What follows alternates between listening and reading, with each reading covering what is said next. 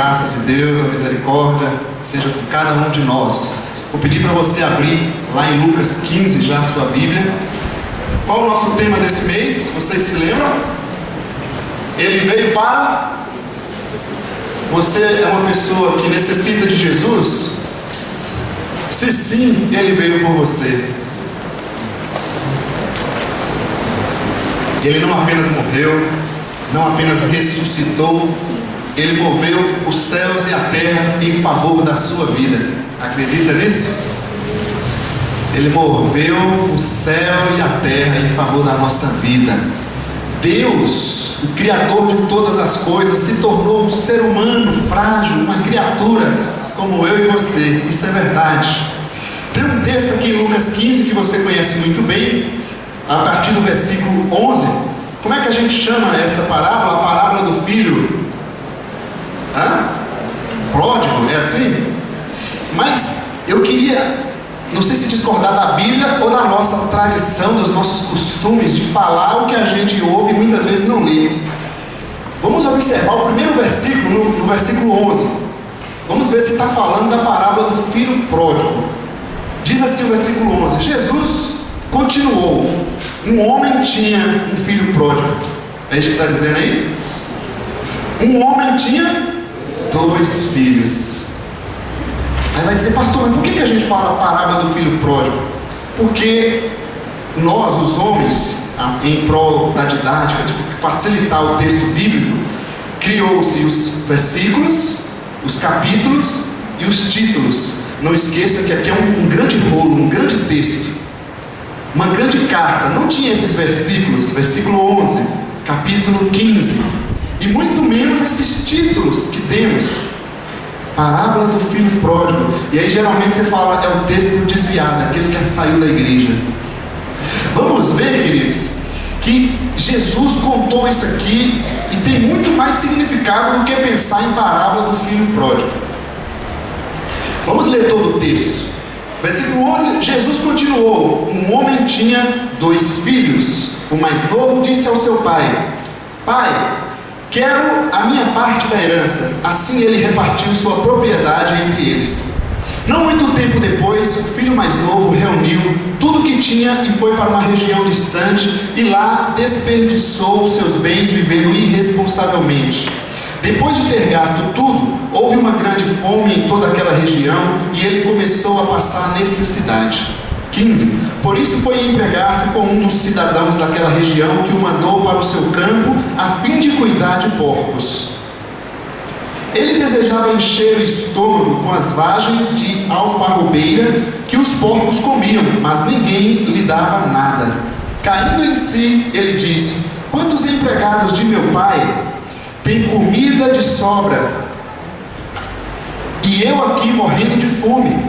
Eu me porei a caminho e voltarei para o meu pai e lhe direi: Pai, pequei contra o céu e contra ti.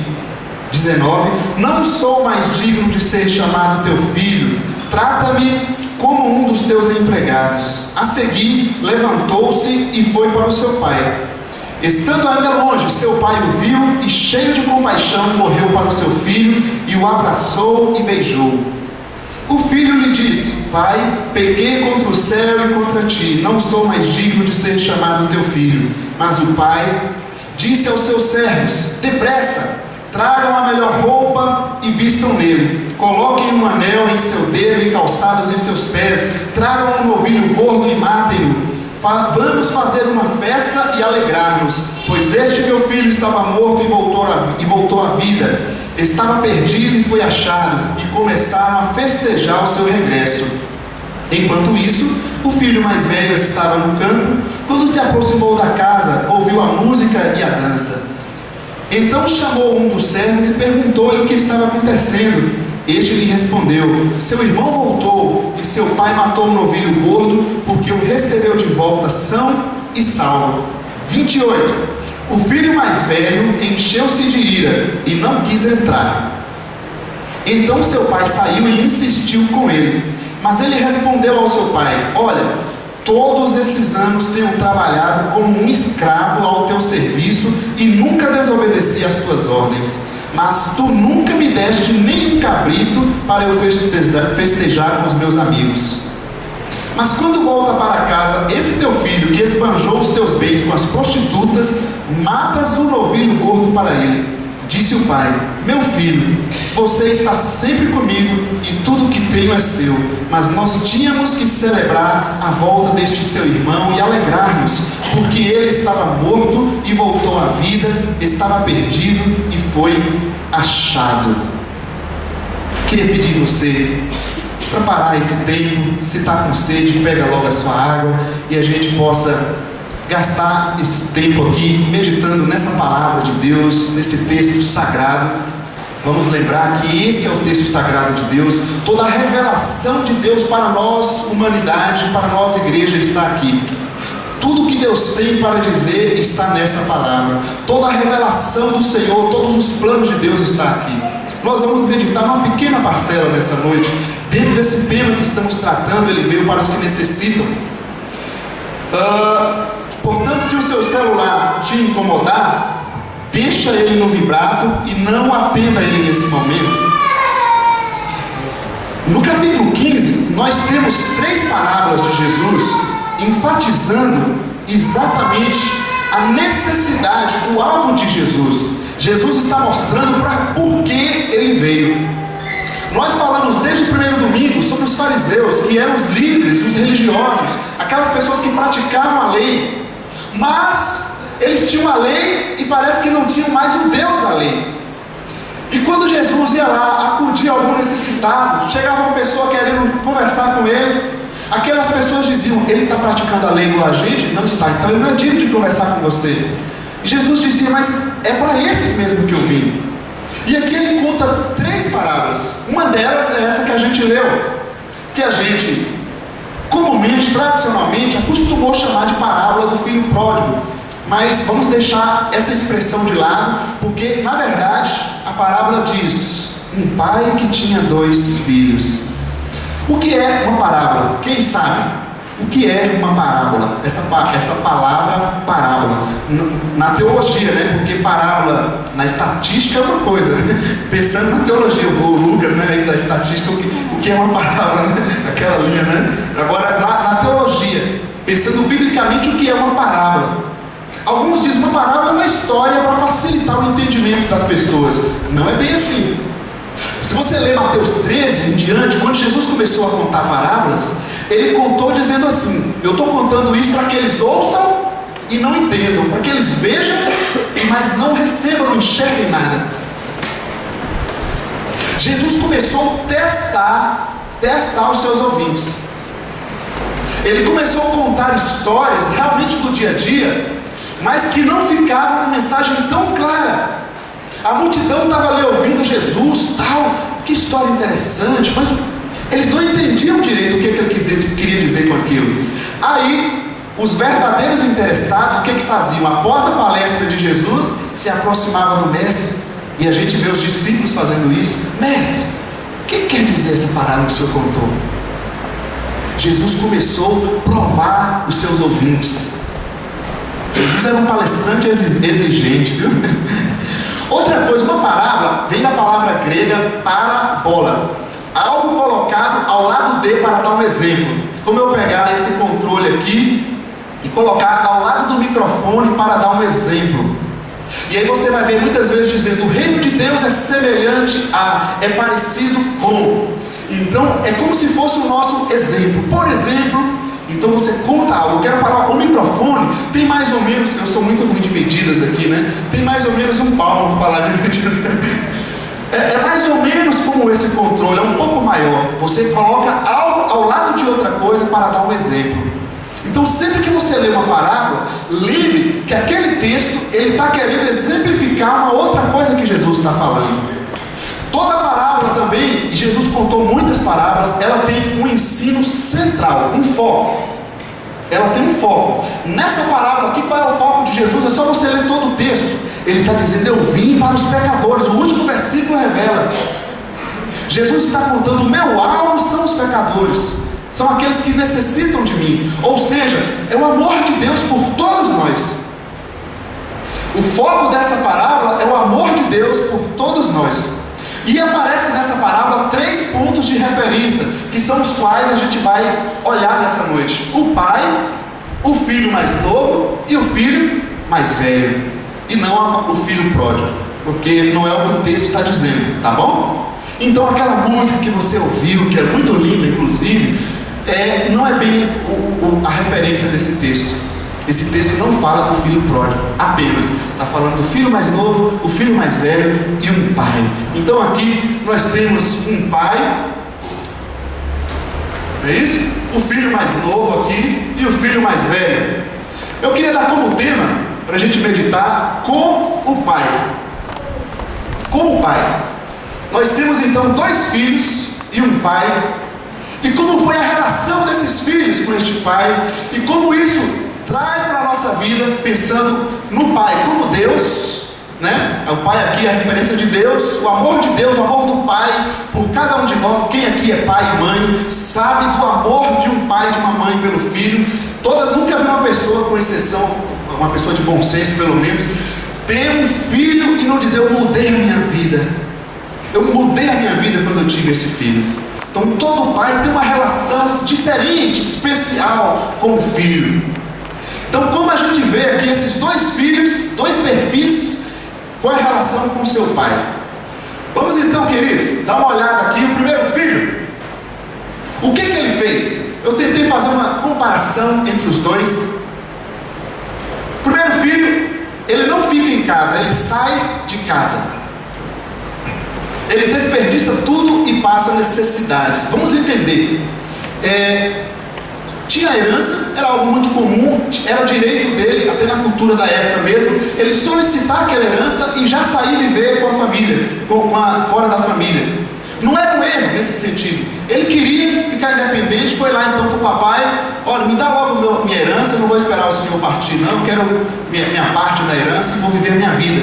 E ele fez isso, era o direito dele.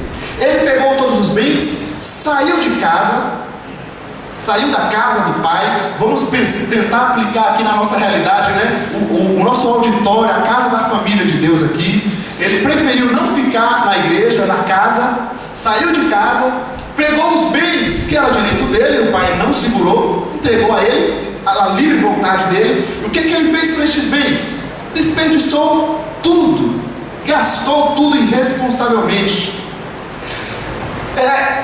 A gente precisa entender que as pessoas têm direito de escolher o que ela quer, o rumo dela.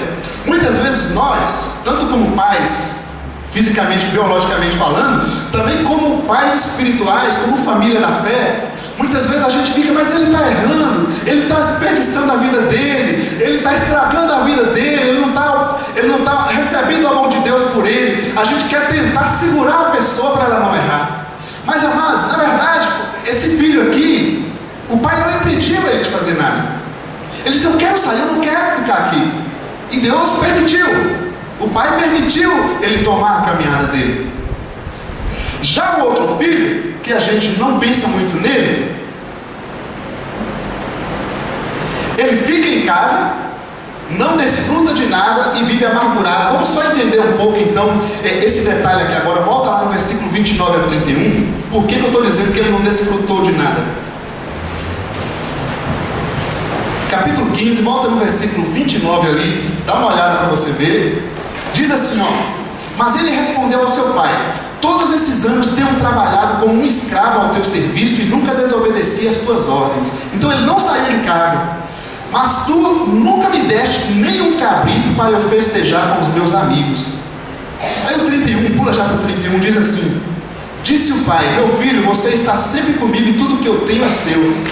Ele está reclamando do pai que ele não tinha nada, que o outro que saiu de casa pegou os bens, pegou a herança dele, desperdiçou tudo.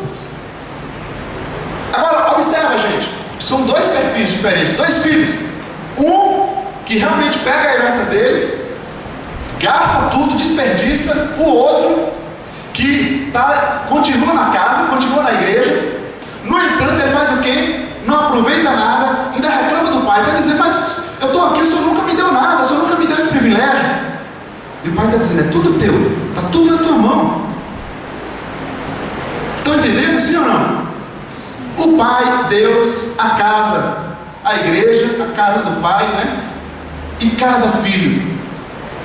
Um filho que pega a sua parte, que pega o que Deus nos deu, né? O dom da vida, a sabedoria, os talentos, a juventude, pega o vigor físico, pega o dinheiro e atola tudo no mundão.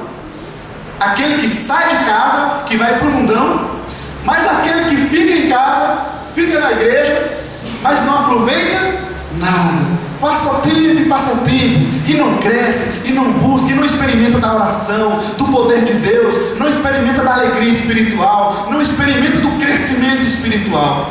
São dois filhos. Mais um detalhe sobre esses dois filhos. Versículo 13 e versículo 30. Esse aqui rejeita o pai por prazeres carnais, o mundo, a imoralidade. A gente leu o versículo 13 e vê que o rapaz pegou os bens e caiu no mundão. Falou, eu vou agora experimentar de tudo nessa vida. A gente não vê exatamente o que é, só diz que ele esbanjou todos os seus bens, gastou tudo com prostitutas, com a vida imoral, toda a imoralidade, até gastar tudo e passar necessidade, passar fome. A gente pensa muito, eu acho, nessa pessoa aqui. Aquele que larga o pai, que desvia de Deus, que sai da casa do pai e vai para a vida imoral, o mundão. No entanto, o outro rejeita o pai por orgulho. Olha a carinha dele, a gravata não tem nada a ver, não, tá? Olha a carinha dele. Rejeita o pai por orgulho, sua religiosidade, um escravo irado. Eu queria voltar 28 e 29. Me chama a atenção aqui para você ver uma coisa. A gente santifica tanto esse filho que fica em casa, que fica na igreja, mas olha o coração desse filho. Versículo 28. Versículo 28 e 29. O filho mais velho encheu-se de amor pela volta do filho, não foi isso? Pela volta do irmão. Foi assim? O filho mais velho encheu-se de ira. O rapaz, dentro da igreja, obediente, comprometido, que não deixava uma tarefa de lado.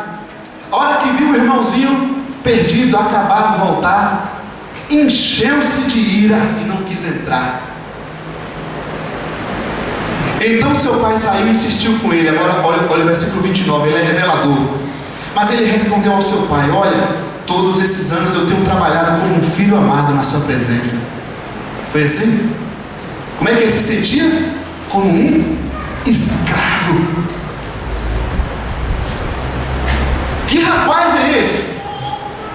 Que cristão é esse? Que filho de Deus é esse? Que se sente um escravo. Todos esses anos eu tenho trabalhado como um escravo diante de ti. Nunca desobedeci uma lei, uma ordem. Olha o senhor faz. Olha o senhor tem feito. Agora esse aí, esse sujo imundo que vai para a vida imoral. O senhor dá tudo, dá uma festa porque ele voltou. Eu estou aqui como um escravo, o senhor não olha para mim. O orgulho que estava no coração desse rapaz aqui, eu não sei se não era maior do que toda a sujeira do outro que foi para o mundão.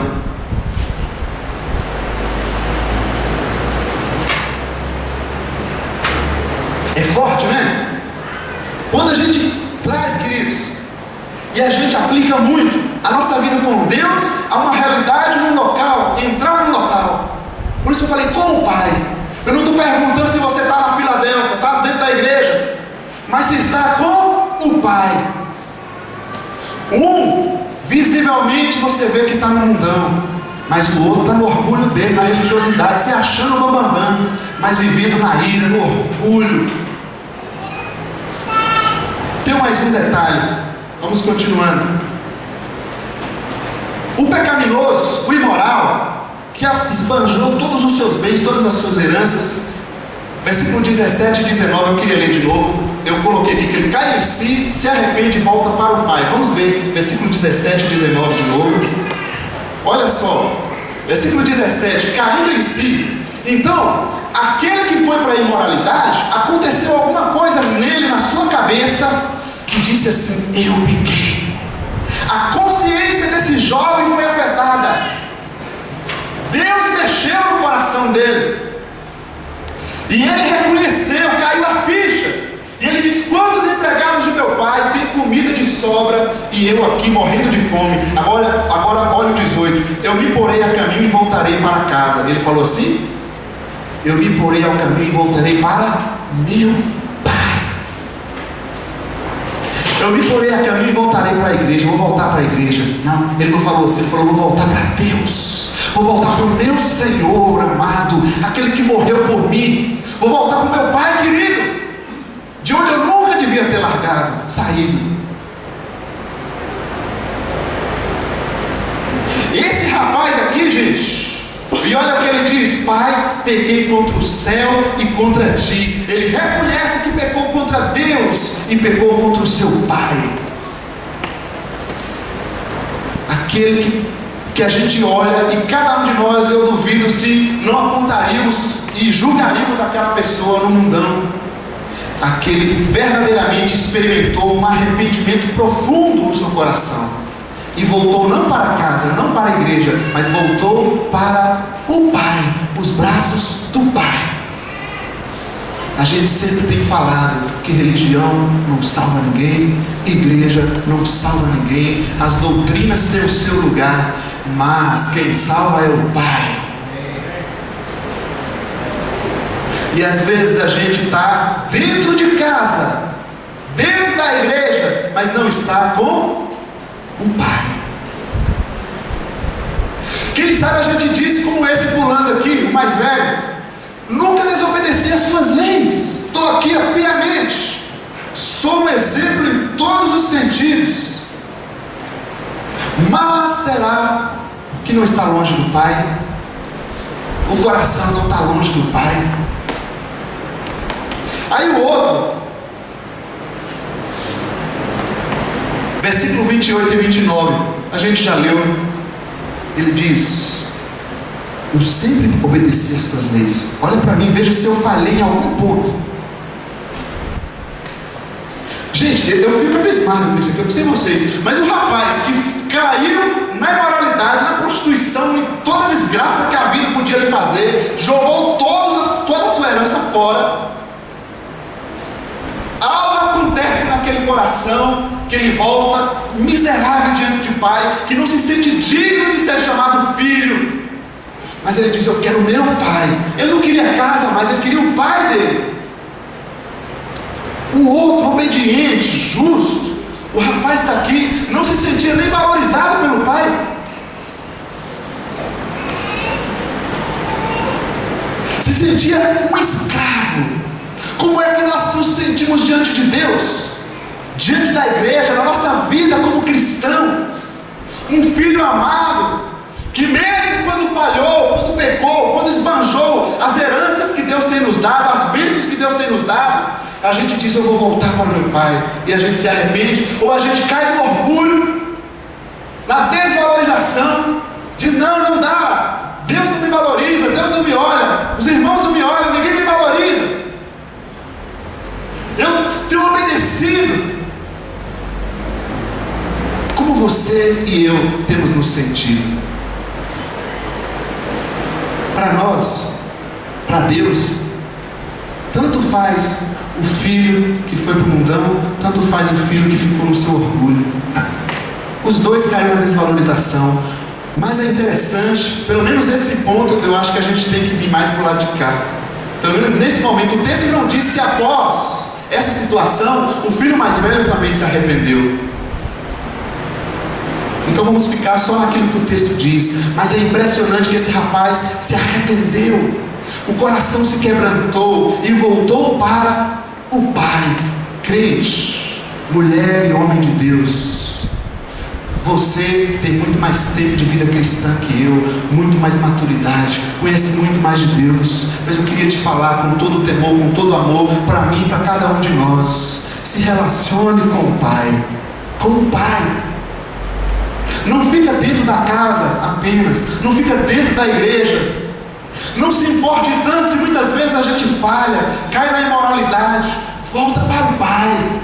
Mas também tenha cuidado para não cair nesse orgulho que a nossa justiça, que a nossa retidão nos traz, de não nos achar valorizados por Deus, de não nos achar amados por Deus, de não nos sentir úteis para Deus. Não deixe o orgulho tomar o coração. Sabe, nós estamos aqui, vindo à casa do Pai. A gente podia dizer, eu vim aqui para o meu Pai. Este espaço não é o meu Pai. Eu vim aqui em busca do Pai. Se nós olhamos para o filho mais novo, para o filho mais velho, e a situação do pai, o que o pai fez? O pai foi injusto, será? Quando ele fez aquela festa para celebrar pelo filho mais novo? O pai, gente, observa no versículo 12, que ele repartiu a herança para os dois filhos. Você pode olhar na sua Bíblia, por favor. Diz no versículo 12, o mais novo disse ao seu pai, pai, quero a minha parte da herança. Ele foi quem pediu. No entanto, diz o texto, assim ele repartiu a sua propriedade entre eles. Ele foi justo. Ele deu os bens, um não tinha pego ainda porque ele preferiu pegar no falecimento do pai, como toda a herança. O outro preferiu pegar naquele momento e jogou tudo fora. Mas foi repartido para os dois. O pai não amou um mais que o outro. Outro detalhe sobre o pai, que o rapaz aqui, quando o filho mais novo voltou, ele disse, este teu filho, ele não se colocou na posição de irmão. Ele diz, você vê o orgulho, a dureza no coração dessa pessoa. Este teu filho aí, ó, esse miserável que gastou tudo com as prostitutas. E o que o pai respondeu? O pai poderia, né? Rapaz, poderia dar uma dura nele. Não, sabe o que o pai fez? É teu irmão, o teu irmão, meu filho. E chamou ele de meu filho. Eu acho muito interessante esse detalhe aqui nesse texto. Que o filho, mesmo com aquele rancor, com aquela dureza, este teu filho aí, ele olha, o teu irmão, meu filho. Essa expressão me chamou muita atenção.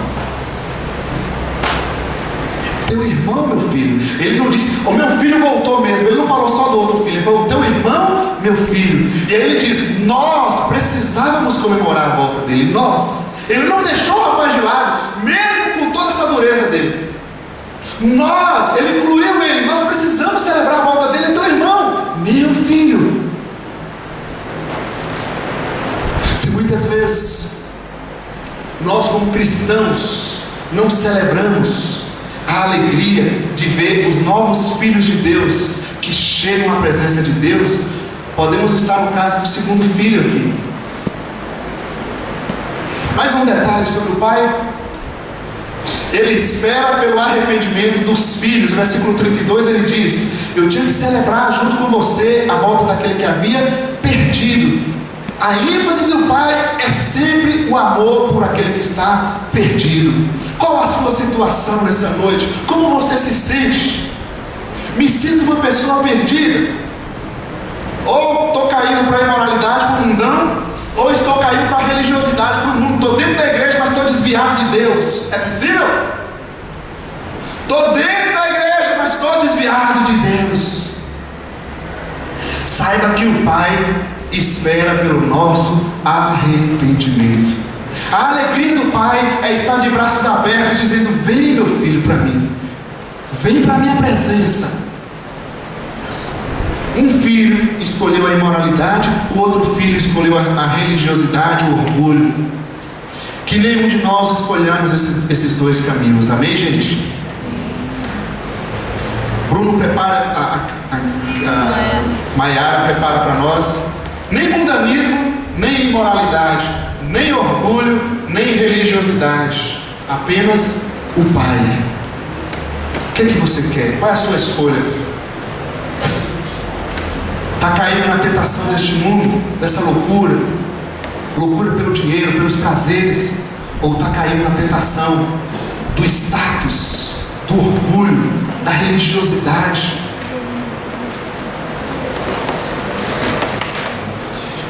Prepara esse vídeo aí, que mostra a história de um pai que ama, um pai humano que amou muito. Você conhece?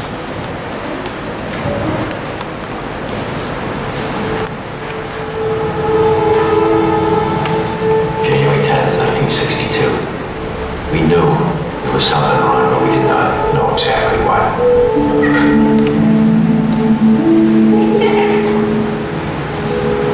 The doctor said, forget Rick.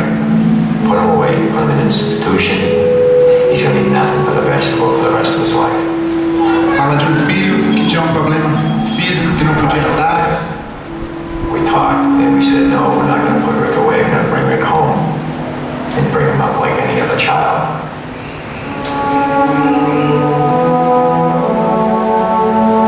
We knew Rick was smart. We could tell by looking in his eyes. And when we talked to him, he was paying attention to what we were saying. So we wanted to get a computer built so Rick could communicate with us. Everybody came to our house that night for Rick to say his first words, and everybody was betting, what is the first words Rick is ever going to say? His mom's saying it's going to be hi, Mom. Me, the dad, saying, no, it's going to be hi, Dad. Well, the Boston Bruins were going for the Stanley Cup, and the very first words Rick ever said was, go Bruins.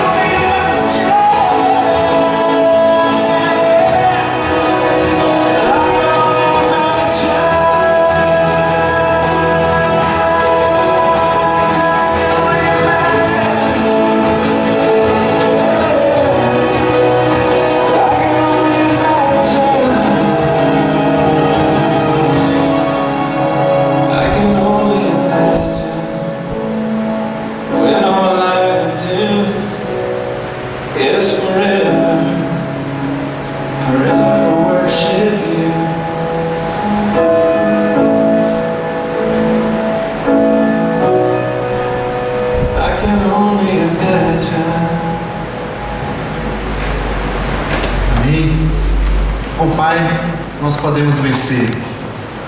Com o Pai, nós podemos vencer as tentações de ir para a imoralidade. ou de ficar vivendo uma vida de aparências, com orgulho dentro do coração, mas com o Pai. Nos braços do Pai, a gente vive uma vida extraordinária. Nos braços da religião, a gente perde o tempo, ganha amarguras, a vida passa e a gente não enxerga nada. Cabe a cada um de nós examinar a nossa vida a cada dia. É fácil muitas vezes quando você percebe a imoralidade tentando nos cativar, a ambição deste mundo tentar nos cativar, mas não é fácil observar muitas vezes quando estamos dentro da igreja e perdemos a essência do relacionamento com o Pai. Qual o lugar de Deus na minha, na sua vida? Eu queria orar com você. Se a gente puder cantar o coro Distante de Ti, Senhor, essa canção diz tudo, não precisa colocar letra. Queria que você abrisse teu coração para Deus e tivesse sinceridade quanto à sua vida. Quanto à sua vida. Não estou perguntando se você vem na igreja, se você não vem na igreja, ou na sua igreja, ou na outra igreja. Eu estou perguntando como o Pai está na sua vida.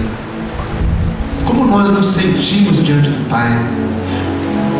Vimos que aquele filho que realmente pecou, caiu numa imoralidade tão grande, mas ele também experimentou um arrependimento verdadeiro e sincero, e voltou não para casa, não para a igreja, mas para o Pai.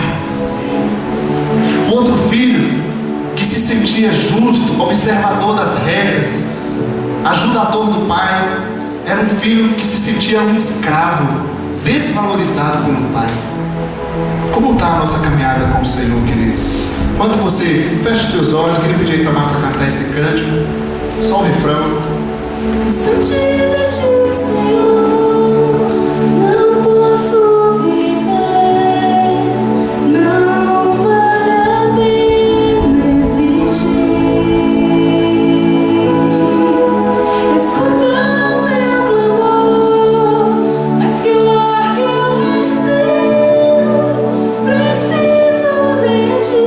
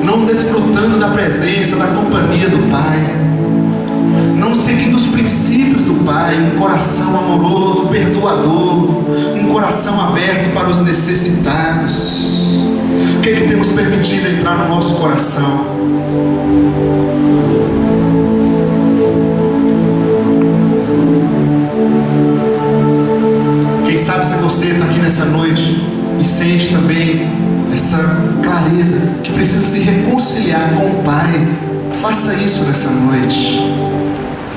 Restaure o seu compromisso, a sua aliança com o Pai. Se você tem vivido pressões deste mundo para cair neste mundão, nessa imoralidade, ou se tem acostumado com a igreja, participar das atividades, e a frieza tem tomado conta da vida, onde já não vê mais frutos, nós podemos tomar uma posição, uma atitude diante de Deus nessa noite. Você quer fazer isso, sim ou não? Fale com Deus nesse momento. Feche os teus olhos onde você está. Coloque a sua vida diante do Senhor. Coloque a sua vida diante de Deus. Volte para os braços do Pai. Aproveite da graça que há nos braços do Pai. da alegria, da força, da superação, do amor que há nos braços do Pai. Independente das suas fraquezas, dos seus problemas, dos seus pecados, os braços do Pai estão abertos para ti, para você. Se jogue nos braços do Senhor completamente, deixando Ele te guiar, deixando Ele te levar por uma trajetória de vitória, de sucesso na vida cristã, na caminhada espiritual, deixando Ele mexer no teu coração, no caráter. Ó Pai, visita as nossas vidas nessa noite, Senhor. Toma cada pessoa neste lugar, a começar da minha vida, Senhor. Que essa Tua palavra possa, Senhor Deus, fazer efeito na nossa vida, Deus. Que essa Tua palavra possa ser impactante na nossa vida, Senhor. Tu conheces cada coração neste lugar, Pai. Se estamos distantes de Ti, Pai, se saímos da igreja, se estamos dentro dela, mas muitas vezes o nosso coração distante de Ti, Pai, venha nessa noite nos mover para os Teus braços, venha nos mover para a Tua presença, para o Teu consolo, para vivermos a Tua vontade, o Teu grande amor por nós, Senhor. Que o nosso caráter seja parecido com o Teu, Pai. Ministra, Espírito Santo, em cada coração. Venha perdoar pecados, venha tirar toda a culpa do passado, de erros que cometemos, Senhor Deus. Venha tirar toda a cegueira também que a religiosidade, que o orgulho coloca na nossa mente, Senhor, tentando justificar as nossas falhas, ó Pai. Em nome de Jesus, queremos experimentar e desfrutar das riquezas que há no Senhor, da alegria que há no Senhor, Pai. Toma cada coração nessa noite, Senhor.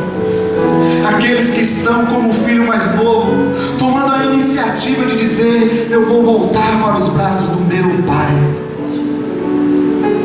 Opera nessa noite em cada coração, Senhor.